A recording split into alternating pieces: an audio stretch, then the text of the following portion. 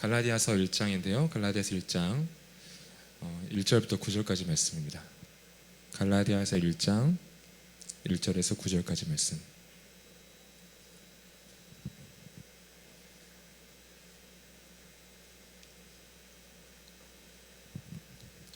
네, 저와 여러분들이 한 절씩 번갈아 가면서 함께 읽으면 좋겠습니다. 1절 제가 읽고 2절은 여러분들 읽도록 이렇게 하도록 하겠습니다. 사람들에게서 난 것도 아니요 사람으로 말미암은 것도 아니요 오직 예수 그리스도와 그를 죽은 자 가운데 살리신 하나님 아버지로 말미암아 사도된 바울은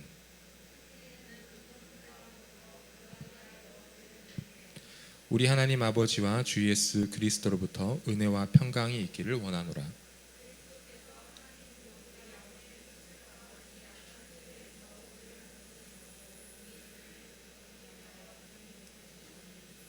영광이 그에게 세세토록 있을지어다. 아멘.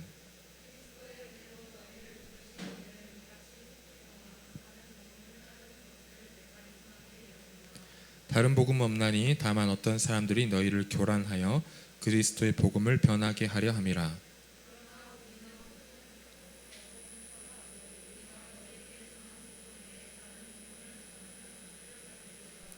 우리가 전에 말하였거니와 내가 지금 다시 말하노니 만일 누구든지 너희가 받은 것 외에 다른 복음을 전하면 저주를 받을지어다.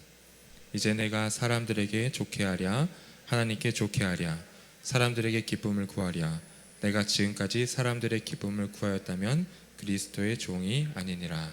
아멘. 오늘부터 저희가 갈라디아서 강해를 시작하려고 합니다. 6장밖에 되지 않지만 성경에서 가장 중요한 책 중에 하나라고 저는 개인적으로 생각하고 또 많은 성경을 연구하신 분들도 그렇게 말씀을 하세요. 로마서 갈라디아서가 신약 성경 중에서 특히 기독교의 복음을 아는데 가장 중요한 책 중에 하나다라고 이야기합니다. 그래서 몇 주가 흘릴지 모르겠어요. 몇 달이 될 수도 있겠고 갈라디아서 1장부터 6장까지 끝까지 제가 강해를 좀 하면서 제가 복음의 비밀을 가장 잘 담지하고 있는 이 서신서를 보면서 함께 우리가 시리즈를 함께 나누고자 하는데 시리즈의 이름은 새롭게 보는 복음입니다. 제가 여러분께 주보에서 보셨듯이 새롭게 보는 복음 오늘 첫 번째 시간이에요. 그래서 제가 여러분들과 일일이 다 한 명 한 명 다 이야기를 하지 못했어요. 몇 분과는 이야기를 했지만 제가 아는 바로는 많은 분들이 모태신앙으로 제가 알고 있어요. 모태신앙이신 분. 모태신앙이 뭔지 아시죠? 네. 그러면 어렸을 때부터 다녔다. 초등학교 때부터. 오케이. 거의 대부분이 초등학교 때부터 모태신앙 이렇게 하면 거의 제가 생각했을 때 우리 그룹의 한 90%는 그렇죠. 그러면 여러분들의 삶이 지금 평균 25살을 가정하고 초등학교 때부터 지금까지는 10년 이상 그렇죠. 15년 더 길게 복음을 들으셨을 거예요. 그렇죠. 복음을 듣고 복음에 대해서 생각을 해봤을 겁니다. 근데 그 복음이 여러분 삶을 움직이나요?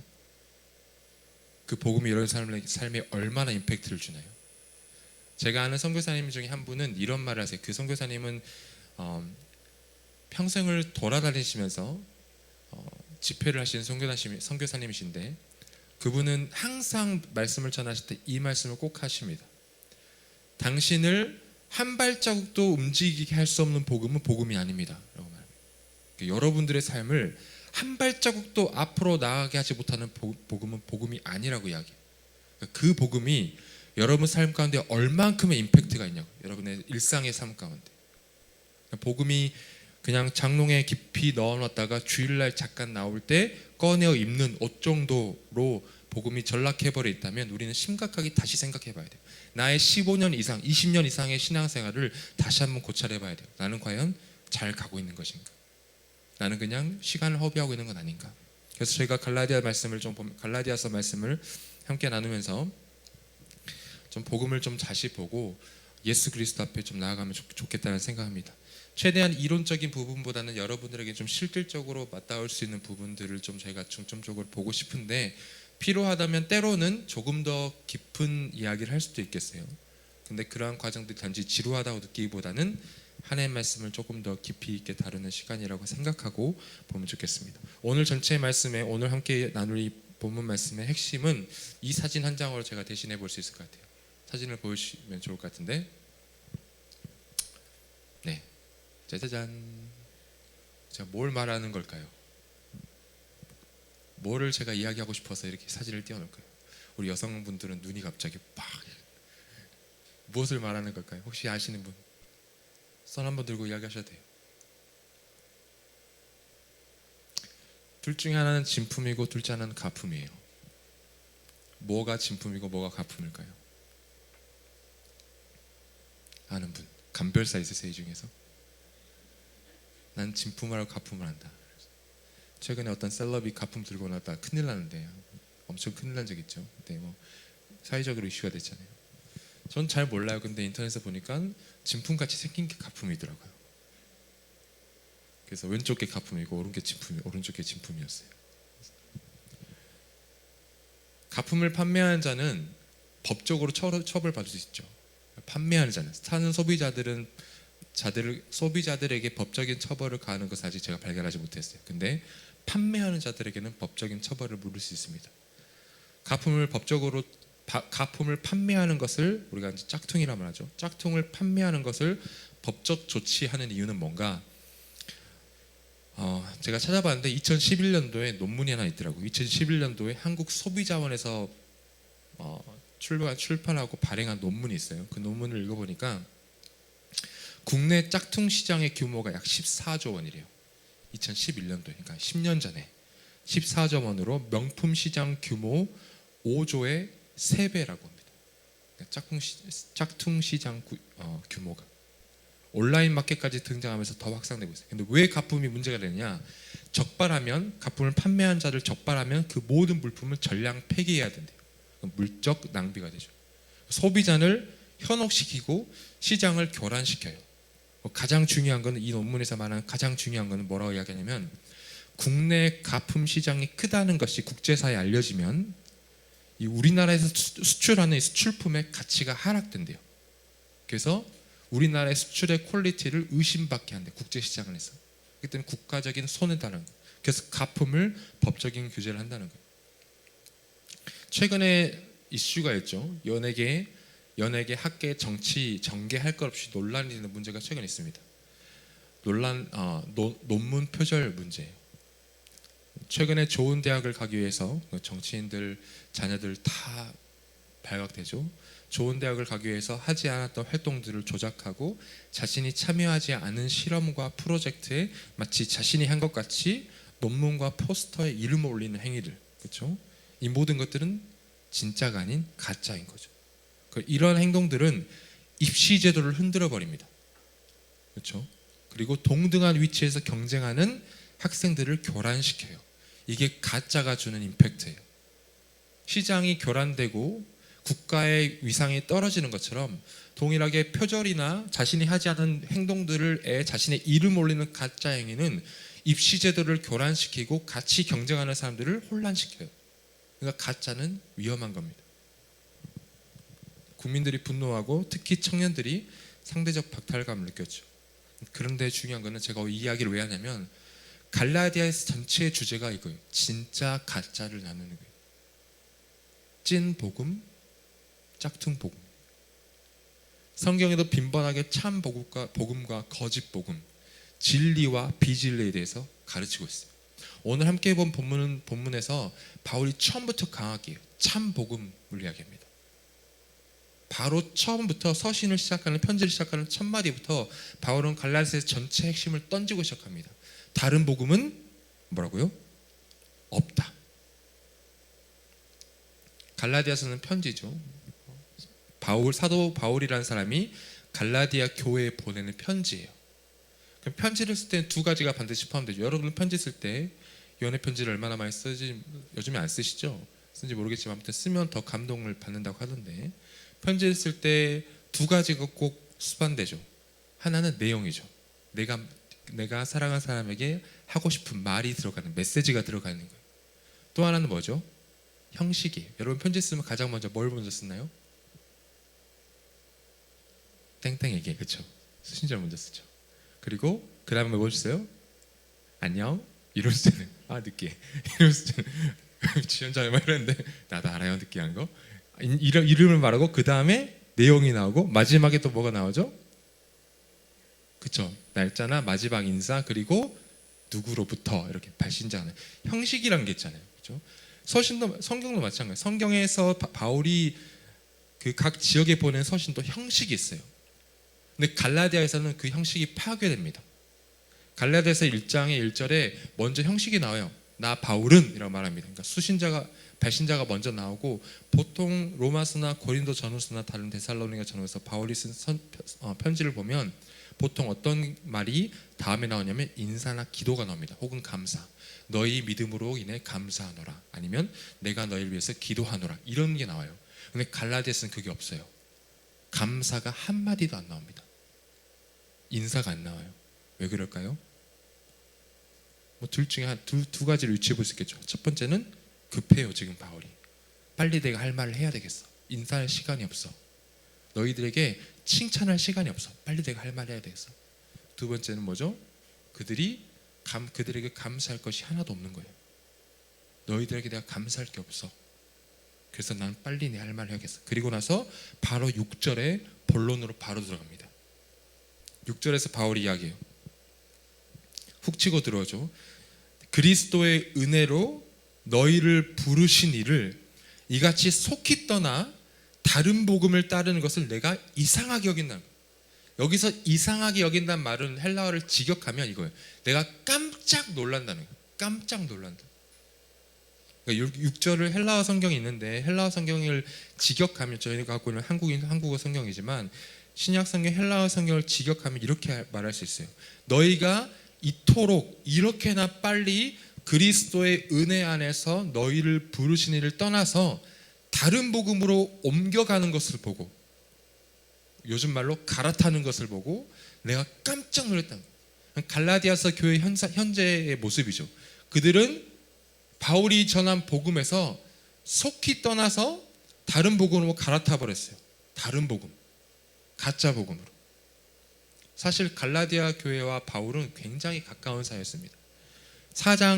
갈라디아서 4장을 보시면 4장 14절 15절에 이런 힌트가 나요. 여러분 성경책 있으시니까 몇 장만 뒤로 넘겨서 보면 4장 14절 15절에 이런 힌트가 나와요. 너희를 시험하는 것인데 육체에 있을 때 이것을 너희가 없이 여기지도 아니하며 버리지도 아니하고 오직 나를 하나님의 천사와 같이 또는 그리스도 예수와 같이 영접했다는 거예요. 갈라디아 교회 성도들이 바울을 이렇게 영접했어요. 천사같이 영접하고 심지어 예수님같이 받아들였어요. 그리고 15절에 너희의 복이 지금 어디 있느냐 내가 너희에게 증언하노니 너희가 할 수만 있었더라면 너희의 눈이라도 빼어서 나에게 주었으리라. 내 눈에 넣어도 아깝지 않은 자녀들이라고 부모님들이 많이 말하잖아요. 그만큼 갈라디아 교회가 바울을 사랑한 거예요. 눈이라도 빼서 바울에게 줄 수 있을 정도로 사랑했던 교회가 갈라디아 교회예요. 그런데 바울이 1장 6절에 오늘 읽은 복음에서 말합니다. 내가 너희에게 감사할 것이 없어. 왜냐하면 너희가 다른 복음으로 갈아탔지 않았니? 라고 말하는 거예요. 깜짝 놀랐다는 거예요. 이 복음을 떠났다라고 말하는 이 말은 어떤 의미냐면 당시 1세기 당시의 상황으로 비춰보면 이런 말이에요. 1세기 여러분이 잘 아는 그리스 시대에는 철학파가 많았죠. 에피크로스파, 스토아학파 이런 철학파들이 많았잖아요. 주전세기에. 그러니까 옮겨갔다는 것은 그 철학파로 옮긴 거예요. 내가 에피크로스파에 있다가 스토아파로 가는 거예요. 진짜 갈아타는 거의 개종 같은 느낌입니다. 그러니까 바울이 너희가 내가 전한 복음에서 떠나서 다른 복음으로 이동했다, 갈아탔다는 것은 너희가 거의 배신했다는 거예요. 너희가 복음을 배신했다는 거예요. 바울은 이것을 매우 심각한 위기로 받아들입니다. 그냥 웃어 넘길 수 있는 문제가 아니에요. 대충 잘하자, 맞지? 다음 주에 다시 교회 나와. 오늘 안 나왔지만 다음 주에 나와. 이 정도가 아니에요. 8절 9절 보세요. 오늘 읽은 본문 1장 8절. 바울이 얼마나 강력하게 이야기하냐면 8절에 그러나 우리가 혹은 하늘로부터 혹 천사라도 우리가 너희에게 전한 복음 외에 다른 복음을 전하면 뭐라고요? 저주받아라. 바울이 저주를 선포해 버립니다. 이거는 그만큼 심각하다는 거예요. 내가 전한 복음이 아니라 다른 복음, 가짜 복음 이야기하는 것이죠. 사도 바울은 명백하게 이야기합니다. 다른 복음은 없다는 거예요. 누구든지 가짜 복음, 다른 복음을 전하면 그는 저주를 받아야 하는 겁니다. 사랑하는 청년 여러분, 그리스도인으로서 그렇죠? 여러분들은 그리고 저는 얼만큼 진짜 복음, 가짜 복음, 그리고 진짜 신앙과 가짜 신앙을 구별하는데 열정을 쏟고 있으십니까? 여러분 스스로를 날마다 검열하시네요. 나는 진짜 복음을 갖고 있는 사람인가? 아니면 나는 가짜 복음을 갖고 있는 사람인가? 가짜 논문과 가짜 학위, 가짜 가품들에 매우 강한 규제를 가하고 또 정서적인 분노를 표출하고 있는 우리가, 그렇죠? 그리스도인이 가짜 복음에는 너무 관대하다면 뭔가 문제가 있는 거 아닐까요? 가품이, 그렇죠? 가짜 논문 표절 이런 것들이 사회를 교란시키고 사람들을 혼란시키는 것처럼 가짜 복음은 참 복음을 혼란시킵니다.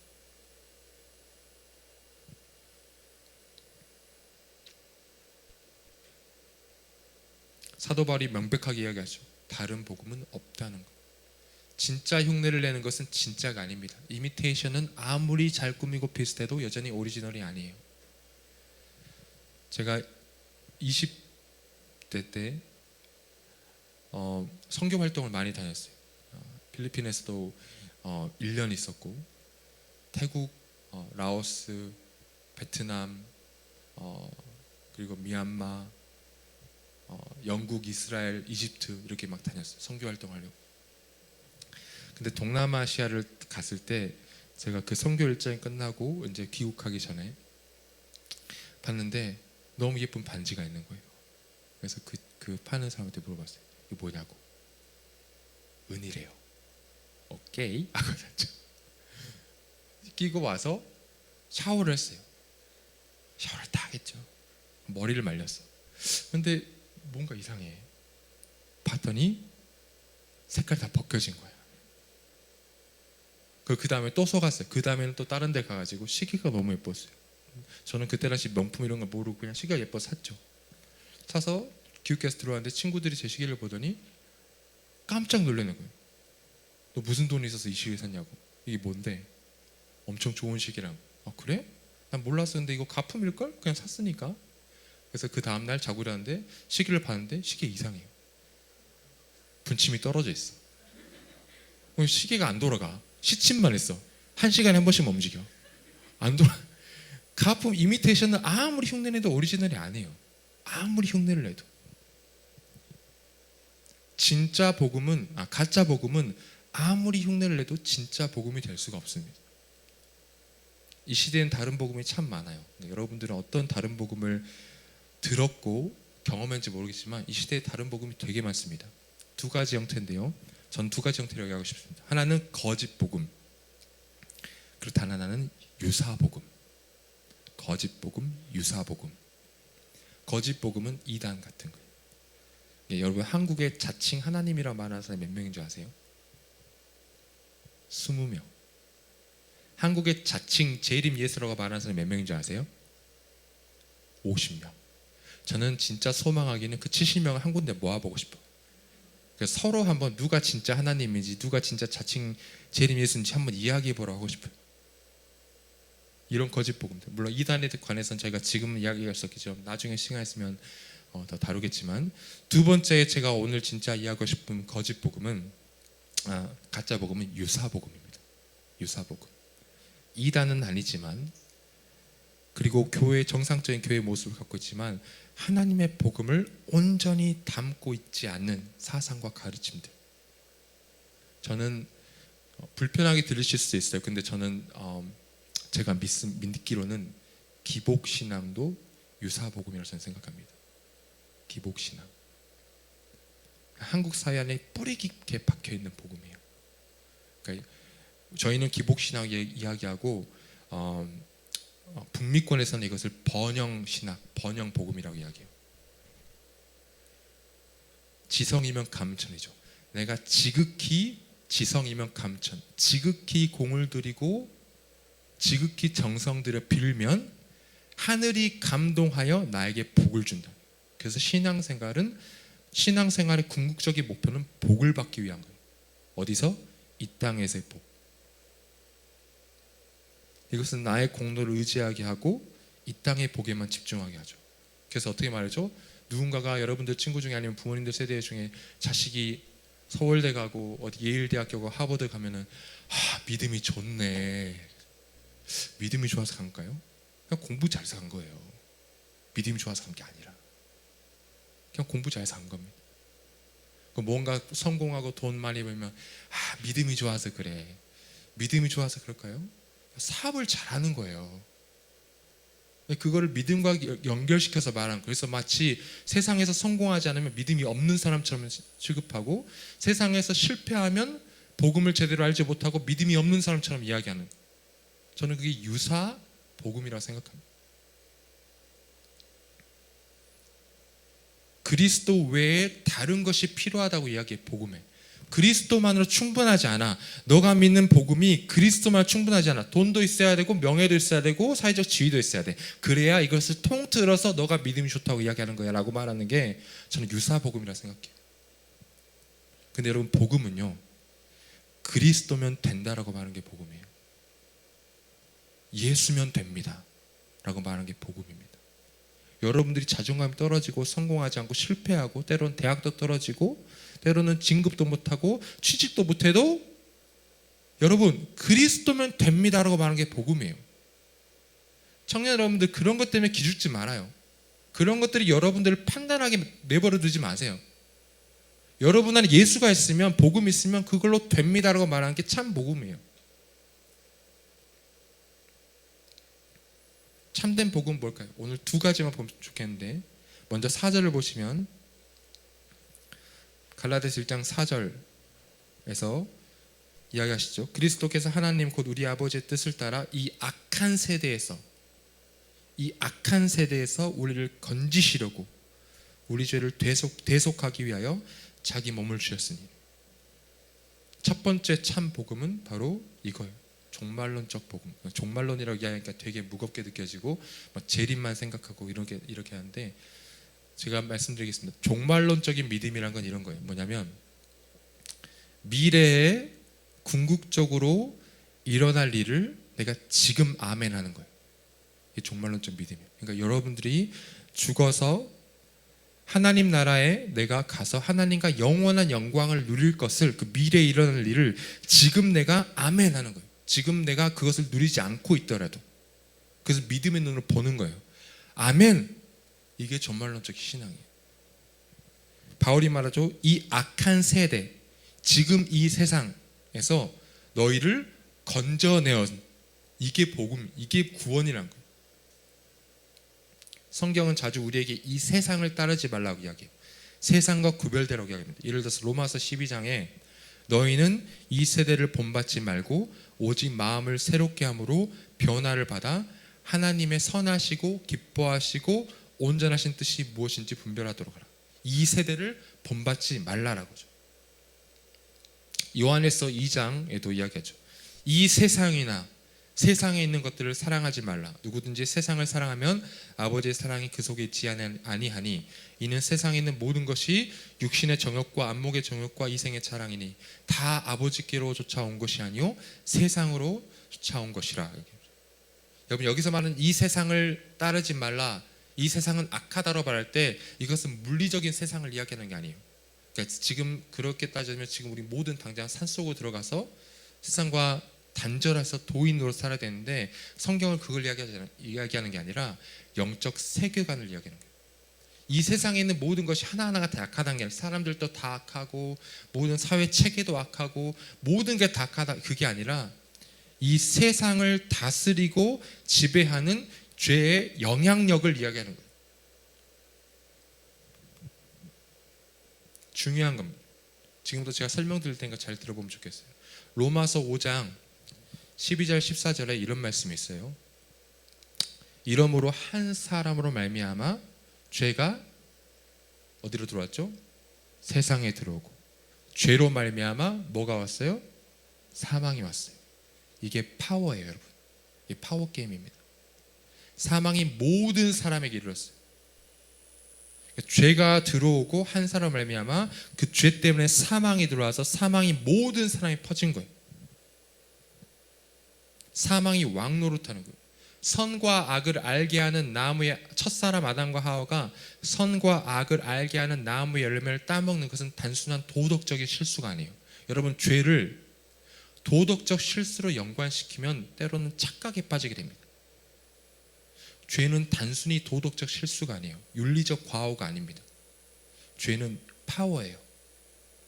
여러분들 다스리는 파워. 그래서 내가 아무리 발버둥 쳐도 벗어날 수 없는 것, 이게 죄예요. 도덕과 윤리는 내가 노력하면 극복되잖아요. 오늘 내가 잘못해서 뭔가를 횡단보다 무당했네, 오케이 노력하자, 내일은 안 해야지, 그럼 안 해요. 그렇죠? 우리 극복할 수 있어요. 죄는 단순히 도덕적 과오나 윤리적 과오가 아니에요. 그건 힘이에요. 여러분들이 아무리 노력해도 벗어날 수 없는 것. 존 오웬이라는 분이 있습니다. 청교도인데요. 16세기, 17세기, 18세기 청교도 시대에 청교도의 가장 유명한 학자 중에 한 명이에요. 근데 이분이 죄와 은혜의 지배라는 책에서 이렇게 말합니다. 인간은 태어날 때부터 죄와 사망의 법에 속박된 채 태어난다. 죄는 인간의 본성밖에 아니라 그 본성 안에서 본성과 함께 작용하고 활동하기 때문에 인간은 자신이 죄의 법에 매여 있다는 사실을 좀처럼 인식할 수가 없어요. 왜냐하면 죄가 나고 내가 죄니까. 그러나 인간 마음과 영혼의 죄에 속박을 받고 있기 때문에 인간의 육체를 지도하는 모든 영혼의 기능은 죄의 경향성, 원서로 보면 tendency라고 이야기해요. 경향, 나를 자꾸 그 한쪽 방향으로 푸시하는 거예요. 경향성과 떨어질 수 없고 그 영향으로 말미암아 악을 행하고자 하는 마음의 성향은 죄인들에겐 필연적이에요. 그러니까 죄는 필연적인 거예요. 죄 한 사람 말미암아 죄가 세상에 들어오고 죄로 말미암아 사망이 세상을 왕노릇하기 시작하면서 죄는 필연적인 거예요. 즉 죄는 단순한 도덕적 결함이나 실수가 아니라 죄는 지배력입니다. 이 때문에 바울이 이야기하죠. 여러분 기억하세요? 로마서 7장에 바울이 이야기하죠. 내가 원하는 것을 하지 않고 내가 원하지 않는 것을 행한다는 거예요. 나는 죄를 짓지 않고 싶은데 자꾸 죄를 지어. 나는 죄를 안 짓고 싶은데 자꾸 죄를 지어. 이거예요. 나는 선하게 살고 싶은데 내 삶은 악해요. 나는 악하게 살고 싶지 않은데 내 삶은 계속 악해요 라고 말하는 거예요, 바울이. 왜냐하면 죄는 지배력이거든요. 단순히 도덕적 실수가 아니에요. 내 마음이 원하는데 극복할 수 없어요. 여러분 다 하나씩 있지 않아요? 그런 죄들? 여러분 삶 가운데 아무리 노력해도 내일 또 하고 있어. 내가 그거를 아무리 노력해도 한 2, 3일 괜찮았다가 3, 4일 뒤 또 해요. 여러분들 그런 거 하나씩 있지 않으세요? 나만 있나? 전 많거든요. 죄는 지배력이에요. 우리를 지배해버려요. 근데 복음은 오늘 본문에서 말한 것처럼 그 지배력에서 벗어나게 합니다. 그 세상에서 나를 건져내어서 다른 세상으로 옮기는 거예요. 이게 복음이에요. 여러분이 하셨나요? 여러분들이 하셨어요? 아니요. 나 아닌 나 밖에 타자가 한 거예요. 다른 분이 하신 겁니다. 예수. 하나님이 그 일을 하신 거예요.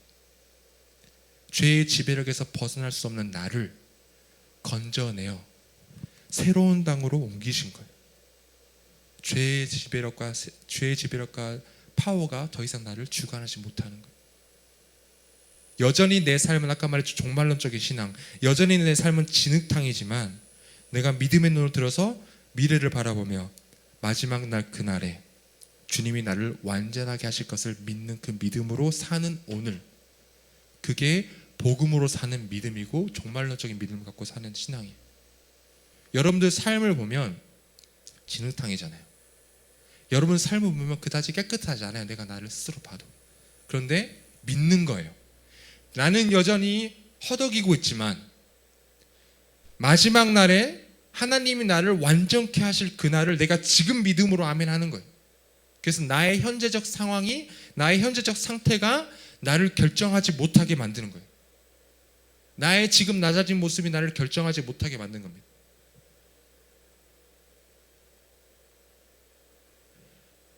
사도 바울이 이야기하죠. 사망아 너의 승리가 어디 있느냐? 사망아 내가 쏟는 것이 어디 있느냐? 그리스도로 말미암아 우리에게 승리를 주시는 하나님께 감사한다. 그게 어디서부터 온 거라고요? 여러분들로부터 출발한 거라고요? 아니요. 은혜에서 온 거예요. 은혜. 내가 아닌 하나님이 시작한 겁니다. 여러분 이 자리에 앉아있는 게 하나님이 랜덤으로 뽑아가지고 오케이 나 심심하니까 어디 제비뽑기 하자 몇 명 뽑아가지고 여기 앉혀놓은 것 같으세요? 하나님이 만세전부터 여러분들 한 명 한 명 다 계획하셨어요. 계획하시고 부르신 거예요. 은혜로. 사랑하는 연천아, 사랑하는 지연아, 일로 와. 하나님 부르신 거예요. 예원아, 부르신 거예요. 하나님이 계획하셔서. 귀찮아, 일로 와. 부르신 거예요. 하나님이 사랑하셔서. 은혜. 나로부터 출발한 게 아니라 내가 하나님 믿기로 결정한 게 아니라 하나님 나를 믿게 하신 거예요. 마지막 한 가지만 이야기하고 마치도록 하겠습니다. 예화인데 어떤 제가 들은 거예요. 제가 경험한 건 아닌데 어떤 한 교회 큰 교회에 한 여성 성도가 새롭게 왔습니다. 되게 예쁘고 얼굴이 되게 예쁘고 나이가 들었지만 여전히 잘 가꾸고 잘 관리한 되게 아름다운 성도님이 오셨다고 해요. 그래서 사람들이 막 반가워하고 오셨어요 하면 인사하고 열심히 활동하는 거 와 감사합니다 했어요. 그런데 점점 소문이 나기 시작하더니 결국 어떤 게 판명이 됐냐면 그 새로 오신 성도님이 그 아름다우신 성도님이 젊었을 때 화류계에 화려한 전적을 갖고 계신 마담으로 된 거예요. 안 거예요. 사람들이 저 사람이 마담이었다. 그래서 사람들이 그때부터 그 교회에 있는 사람들이 그 성도를 멀리하고 색안경을 끼고 보기 시작한 거예요. 그런데 중요한 건 이거예요. 그 멀리한 이유가 저 여자가 내 남편을 유혹하면 어떡하지 이게 아니에요. 그 목사님 말한 게 저 여자가 내 남편을 유혹하면 어떡하지 이것 때문에 그 여성을 멀리한 게 아니에요. 정말 아이러니하게 거기 있는 성도들이 그 여성을 멀리하는 이유가 이거였다고요. 나는 하나님을 믿는 가정에서 태어나 이제껏 하나님을 섬기며 살아왔는데 너는 세상에서 놀 것 다 놀고 즐길 것 다 즐기고 타락한 삶을 영위하다가 이제 막차 타고 천국 가겠다고? 이 마음이 성도들 안에 들기 시작하면서 그 여성을 멀리하기 시작합니다. 은혜를 아는 사람들의 모습인가요? 복음서에 보면 이런 예화가 있어요. 하나님께서 사람들 불러요. 3시에 나가서 부르고 6시에 나가서 부르고 9시에 나가서 부르고 11시에 나가서 부릅니다. 다 일하게 해요. 그리고 삭스를 주세요. 품삯을 주세요. 11시에 온 사람 불러요. 1데나리온. 9시에 온 사람 불러요. 1데나리온. 6시에 온 사람 불러요. 1데나리온. 3시에 온 사람 불러요. 1데나리온. 3시에 온 사람 불평합니다. 아니 주인님 나는 3시에 와가지고 8시간 일했는데 왜 1시간 일한 사람이랑 똑같이 돈 주세요? 은혜의 원리예요. 여러분 내가 줄게 믿음을 갖고 주 앞에 나아가는 것은 내가 시작한 게 아니에요. 하나님이 여러분에서 시작하신 겁니다. 이게 복음이에요. 여러분 내가 아닌 주님. 한번 따라해 볼까요? 내가 아닌 주님. 이게 복음입니다. 같이 기도하면 좋겠어요. 시간 함께 기도하면서 제가 함께 좀 주 앞에 좀 가까이 나오면 좋겠는데 이 시간 기도하실 때 여러분 말씀을 좀 기억하면서 어떤 말씀 이 많은 이야기 중에 어떤 게 여러분의 마음에 남아있는지는 잘 모르겠어요. 그런데 무엇이든 그게 무엇이 됐든 그것을 붙들고 여러분 좀 기도하면 좋겠어요. 여러분 복음은 은혜입니다. 나로부터 출발한 게 아니에요. 나로부터 시작한 게 아닙니다. 복음은 죄의 지배력에서부터 나를 건진 겁니다. 이 시간 여러분 기도할 때 하나님께 이렇게 기도하면 좋겠어요. 하나님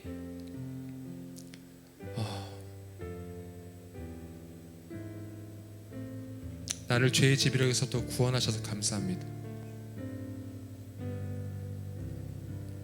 나를 은혜로 불러주셔서 감사합니다. 내가 시작한 복음이 아니라서 얼마나 다행인지 모르겠습니다.